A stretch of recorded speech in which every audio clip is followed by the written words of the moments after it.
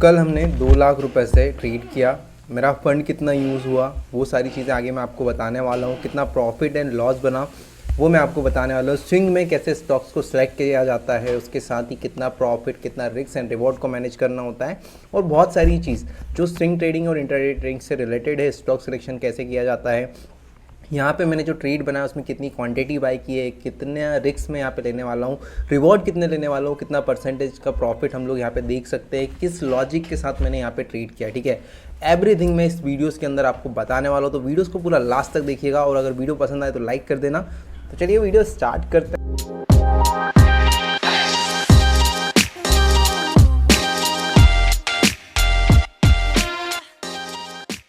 So guys, आज की जो वीडियो है, ठीक है, ये पूरी तरीके से डेडिकेटेड है कि पोजिशनल ट्रेडिंग कैसे की जाती है। एक छोटी कैपिटल से आप कैसे 5, 10, 15, 20% का रिटर्न निकाल सकते हो स्टॉक्स में ट्रेड करके। ठीक है, ना कि ऑप्शंस और फ्यूचर्स में। हमें यहाँ पे ऑप्शंस में ट्रेड नहीं करना है, हम यहाँ पे ट्रेड करने वाले हैं स्टॉक्स के अंदर, जो कि इंट्राडे में भी कर सकते हैं। ठीक है, इंट्राडे थोड़ा सा ज़्यादा रिस्की हो जाता है, और अगर इसको आप पोजिशनल लेके चलेंगे, ठीक है, 2 से 3 दिन, 4 दिन या 1 वीक के 10 दिनों के लिए होल्ड करेंगे स्टॉक्स को, तो वहाँ पे आपका रिस्क थोड़ा सा कम हो जाता है, क्योंकि उतनी ज़्यादा वॉलेटिलिटी हमें स्टॉक्स के अंदर नहीं देखने को मिलती है। ठीक है, सो यहाँ पे किस स्टॉक्स के अंदर मैंने ट्रेड किया है, कितनी क्वांटिटी बाय की है, कितना मेरा कैपिटल लगा है, मैंने मार्जिन ट्रेड फैसिलिटी का भी यूज़ किया, एमटीएफ का, तो उस पर कितना इंटरेस्ट लगने वाला है।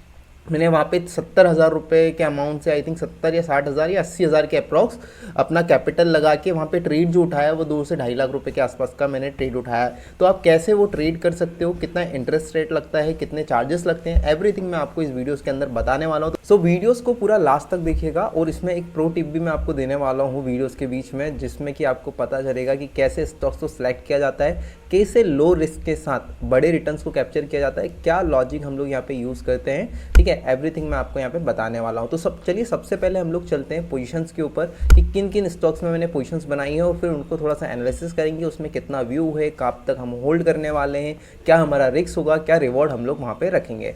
तो चलिए मैं यहाँ पे धन की स्क्रीन पे चल देता हूँ। सो ऊपर ही यहाँ पे आपको फर्स्ट ही पेज पे देखने को मिल रही है पोर्टफोलियो वैल्यू, यहाँ पे इन्वेस्टमेंट कितना है, करंट वैल्यू कितनी है, overall profit, today profit, everything. ठीक है, सो चलिए यहाँ पे हम लोग चलेंगे, मैं आपको डिटेल्स में थोड़ा सा बताता हूँ, पोर्टफोलियो पे लेके चलता हूँ। तो यहाँ पे आपको कुछ 5 से 6 स्टॉक देखने को मिल रहे हैं। ठीक है, ये जो IDFC फर्स्ट बैंक है, रतन इंडिया पावर है, और वोडाफोन आइडिया है। ये जब मैंने अपना अकाउंट ओपन किया था तो फर्स्ट 500 रुपीज़ के शेयर बाई किए थे, तो इनको आप हटा देना। ठीक है, जिसके ऊपर मैंने कल इन्वेस्टमेंट किया है, जिनके ऊपर कल मैंने ट्रेड किया, जिसको हम लोग स्विंग ट्रेड बनाने वाले हैं, वो है हमारा स्टॉक फर्स्ट ओला, सेकेंड ट्राइडेंट, थर्ड जो हमारा है वोल्टास है। ठीक है, ये क्वांटिटी लिखी हुई है। क्वांटिटी अगर आप देखोगे तो ओला में मैंने 500 क्वांटिटी उठाई है, और यहाँ पे ट्राइडेंट में अगर आप देखोगे तो 2000 क्वांटिटी मैंने उठाई है, और यहाँ पे वोल्टास में आप देखोगे तो 50 क्वांटिटी उठाई है। ओके, यहाँ पे आप देख सकते हो मेरा ही अकाउंट है, ट्रेडिंग वर्ल्ड 2.0, जो हमारा पहले चैनल का नाम था, अभी स्टॉक्स पाठशाला हो गया है। ठीक है, सो यहाँ पे हमारे जो एवरेज प्राइस है, ओला को मैंने कितने पे उठाया, 94 पे, ट्राइडेंट को कितने पे उठाया, 36.21 पे, और यहाँ पे 1798 पे मैंने वोल्टास की क्वांटिटी उठाई है। अभी का जो प्रॉफिट जो रनिंग है, ठीक है, मतलब जो कल हम लोगों ने बाय किया था, उसके बाद जो मार्केट में मूवमेंट आया, उसमें हमें 95 का लॉस दिख रहा है ओला के अंदर, 723 रुपीज़ का प्रॉफिट दिख रहा है ट्राइडेंट के अंदर, और 460 रुपये का प्रॉफिट हमें दिख रहा है वोल्टास के अंदर। इन स्टॉक्स में मैंने किस लॉजिक के साथ ट्रेड किया, कितना रिस्क रखूंगा, कितना रिवॉर्ड लूंगा, अब उसके ऊपर बात करते हैं। ठीक है, तो सबसे पहले इनके चार्ट के ऊपर चलते हैं। आई थिंक आपको समझ में आ गया होगा कितनी क्वांटिटी मैंने बाय करी है, और इसका इन्वेस्टमेंट कितना होने वाला है वो भी मैं आपको यहीं पे दिखा देता हूँ। ठीक है, सो इसका इन्वेस्टमेंट वैल्यू आप देख लोगे, यहाँ पे इन्वेस्टमेंट वैल्यू है 47,000 रुपीज़ हमारे ओला में लगे हैं, 72,000 रुपीज़ मेरे ट्राइडेंट में लगे हैं, 89,000 रुपीज़ मेरे वोल्टास में लगे। लेकिन एक्चुअल में मेरा फंड अकाउंट के अंदर इतना पैसा नहीं था।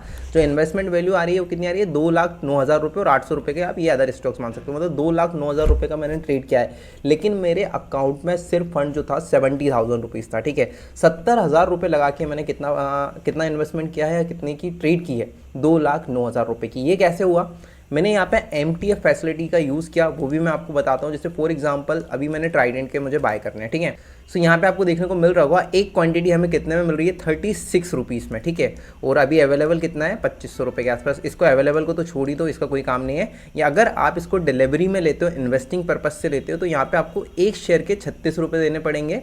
ठीक है, और अगर आप इसको इंट्राडे में लेते हो तो आपको सिर्फ 7 रुपये देना है। इंट्राडे में 5x लेवरेज मिलता है, और मैंने जो परचेस किया है वो किया है MTF में, मतलब मार्जिन ट्रेडिंग फैसिलिटी का यूज़ किया, इसमें हमें जो लेवरेज मिला है 3.10x का लेवरेज मिला है। यहाँ पे हमें पर शेयर की जो कॉस्ट पड़ी है 11 रुपये 80 पैसे, ठीक है। सो यहाँ पे अगर आप लोग इन्वेस्टिंग करके 2000 क्वांटिटी लेने जाओगे तो यहाँ पे आपको चाहिए कितना पैसा, 73,000 के अप्रॉक्स, ठीक है। और अगर आप MTF का यूज़ करोगे तो यहाँ पे आपका सिर्फ जो फंड लगेगा 21,000 रुपये, समझ रहे हो ना। यहाँ पे कितना मार्जिन रिक्वायर्ड बता रहा है, 23,664 रुपये हमें सिर्फ मार्जिन रिक्वायर्ड है।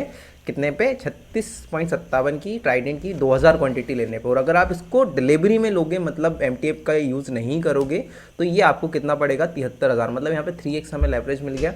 तो ये 26 में मुझे 22-21 के अप्रोक्स ये पड़ा। तो चलिए अभी सबसे पहले हम लोग चलते हैं, इनको समझते हैं कि किस लॉजिक से मैंने यहाँ पे ट्रेड किया और इनमें क्या मेरे टारगेट्स होने वाले हैं, कितना मैं रिस्क लेने वाला हूँ। तो सबसे पहले हम लोग चलते हैं ट्राइडेंट के ऊपर। ट्राइडेंट का आपको चार्ट देखने को मिल रहा है। मैंने बड़े टाइम फ्रेम पर सारे ट्रेड को एग्जीक्यूट किया है, डेली टाइम फ्रेम पर आप देख सकते हो, ठीक है। 1 डे के टाइम फ्रेम पर आप ट्राइडेंट को देख रहे हो। इसको 1 वीक के टाइम फ्रेम पर हम लोग शिफ्ट करते हैं। तो अगर आप ट्राइडेंट देखोगे तो ट्राइडेंट पे वैसे मुझे ट्रेड नहीं बनाना था, बट मैंने क्यों बनाया उसका रीज़न एक मैं आपको बताता हूँ कि लास्ट के अगर आप इसका 2 साल का पूरा ग्राफ उठा लोगे ना, मतलब 1 से 1.5 साल से 2000 सितंबर 22 से, लेकिन ये पूरा सिर्फ और सिर्फ 10-15 रुपए की रेंज के अंदर घूमा है, ज़्यादा कोई समय मोमेंटम नहीं हुआ है। लेकिन अभी मैंने यहाँ पे क्यों ट्रेड किया, देखो एक इंपॉर्टेंट सपोर्ट एरिया है 35 रुपीज़ के अप्रॉक्स, ठीक है। यहाँ पे एक सपोर्ट एरिया है, मतलब ये पहले एक रेजिस्टेंस हुआ करता था, जैसे इस रेजिस्टेंस का ब्रेकआउट हुआ तो ये सपोर्ट में कन्वर्ट हो गया, ठीक है।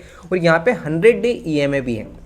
अब वीकली टाइम फ्रेम पर भी देखोगे और मैंने जो ट्रेड बनाया 1 डे के टाइम फ्रेम पर, तो ये 100 डे EMA का यहाँ पे आपको ब्रेकआउट देखने को मिला और इस रेजिस्टेंस का ब्रेकआउट देखने को मिला। देन इस ब्रेकआउट के बाद यहाँ पे काफ़ी अच्छी वॉल्यूम ने एंट्री बनाई है, आप देख सकते हो वॉल्यूम काफ़ी ज़्यादा हाई थी। सेकेंड चीज़, यहाँ पे फिर एक रिट्रेसमेंट आया और इसी रिट्रेसमेंट से 100 डे EMA से भी एक रिजेक्शन हमें देखने को मिला और इस रेजिस्टेंस से भी एक रिजेक्शन देखने को मिला। तो इसी रिजेक्शन पे, ठीक है, मैंने अपनी एंट्री बनाई है, 2000 क्वांटिटी यहाँ पे परचेस की है 36.21 रुपीज़ के भाव पे। यहाँ पे जो मैं टारगेट लेने वाला हूँ वो लूँगा 39 रुपीज़ के अप्रोक्स, ज़्यादा बड़ा मेरा टारगेट नहीं है, 3 पॉइंट का मैं यहाँ पे टारगेट रखने वाला हूँ। और रिस्क की अगर मैं बात करूँ तो सिंपल सा रिस्क भी आपको मैं बता देता हूँ कितना रिस्क हमारा होने वाला है। 2.79 रुपीज़ का हम लोग यहाँ पे टारगेट रखेंगे और 1.51 रुपीज़ के आसपास हम लोग क्या रखने वाले हैं, अपना रिस्क रखने वाले हैं। बेसिकली हम लोग यहाँ पे 1:8 का रिस्क रिवॉर्ड मेंटेन कर रहे हैं। इसमें प्रॉफिट की बात करूँ तो 5000 के अप्रोक्स हम लोग प्रॉफिट एक्सपेक्ट कर रहे हैं। और रिस्क की अगर मैं बात करूँ तो 1800 के अप्रोक्स या 1500 के अप्रोक्स यहाँ पे हम लोग 1500 के अप्रोक्स यहाँ पे हमारा रिस्क रहने वाला है, ठीक है। सिंपल सी चीज़ है, इसमें हम लोगों ने इसी लॉजिक से ट्रेड किया है। तो यहाँ पे हम लोगों ने 24,000 रुपये, मतलब 22,000 के अप्रोक्स ट्राइडेंट में इन्वेस्ट किया है। 22,000 में हम लोग रिस्क कितना ले रहे हैं, 1500 से 1800 रुपये का। और यहाँ पे रिवॉर्ड कितने लेने वाले हैं, 5000 के अप्रोक्स। अगर जो हमारा सेकंड स्टॉक होने वाला है वो होने वाला है ओला इलेक्ट्रिक, ठीक है। यहाँ पे अगर आप इसका प्राइस एक्शन देखोगे तो अभी ही इसका IPO लॉन्च हुआ था, लास्ट अगस्त के आसपास इसका IPO लॉन्च हुआ था, हाँ 9 अगस्त के आसपास इसका IPO लॉन्च हुआ था। उसके बाद थोड़ा सा शेयर में काफ़ी अच्छे मोमेंटम आया था क्योंकि न्यूज़ में था और लोगों को पता है अभी आजकल जो बूम चल रहा है स्टॉक मार्केट इंडस्ट्रीज़ में, तो जो सभी लोग जो न्यू थे उन्होंने काफ़ी अच्छा इसमें इन्वेस्ट किया। देन वापस से इसने फॉल किया, 70 रुपीज़ के अप्रोच का इसने लो दिखाया। और ये जो मोमेंटम आया ना, ये जो अभी जो न्यूज़ चल रही है कि 4000 न्यू इनके शोरूम ओपन होने वाले हैं इंडिया के अंदर, जो कि अभी तक जो इनके शोरूम थे 800 के अप्रोक्स थे, लेकिन अब ये इसको 4x इंक्रीज़ कर रहे हैं, 5x इसको इंक्रीज़ कर रहे हैं, मतलब 4000 के अप्रोक्स ये न्यू शोरूम्स ओपन करने वाले हैं, ठीक है। सो उसी के कारण ये न्यूज़ बेस आप देख सकते हो काफ़ी अच्छा मोमेंटम आया और यहाँ पे एक थोड़ा सा कंसोलिडेट हुआ एक रेंज के अंदर। उसी रेंज के अप्रोक्स मैंने अपना ट्रेड बनाया है और इसमें मेरी इतनी ज़्यादा एक्सपेक्टेशन नहीं है, छोटी एक्सपेक्टेशन है, कम हमारा रिस्क है। एंट्री अच्छे लेवल पे मिल रही थी, दैट्स वाई मैंने यहाँ पे एंट्री ली। और अगर आप देखोगे तो एंट्री पॉइंट जो है मेरा 94 रुपीज़ के अप्रोक्स मैंने अपनी एंट्री बनाई है। स्टॉप लॉस की अगर बात करूँ तो यहाँ पे एक जो लेवल है ये काफ़ी अच्छा एक सपोर्ट एरिया, ठीक है। यहाँ पे काफ़ी अच्छा सपोर्ट लिया, इस लेवल पे काफ़ी अच्छा सपोर्ट लिया। इसी सपोर्ट के नीचे मेरा स्टॉप लॉस होने वाला है 90 रुपीज़ के अप्रोक्स, मतलब 4 पॉइंट का मेरा रिस्क है।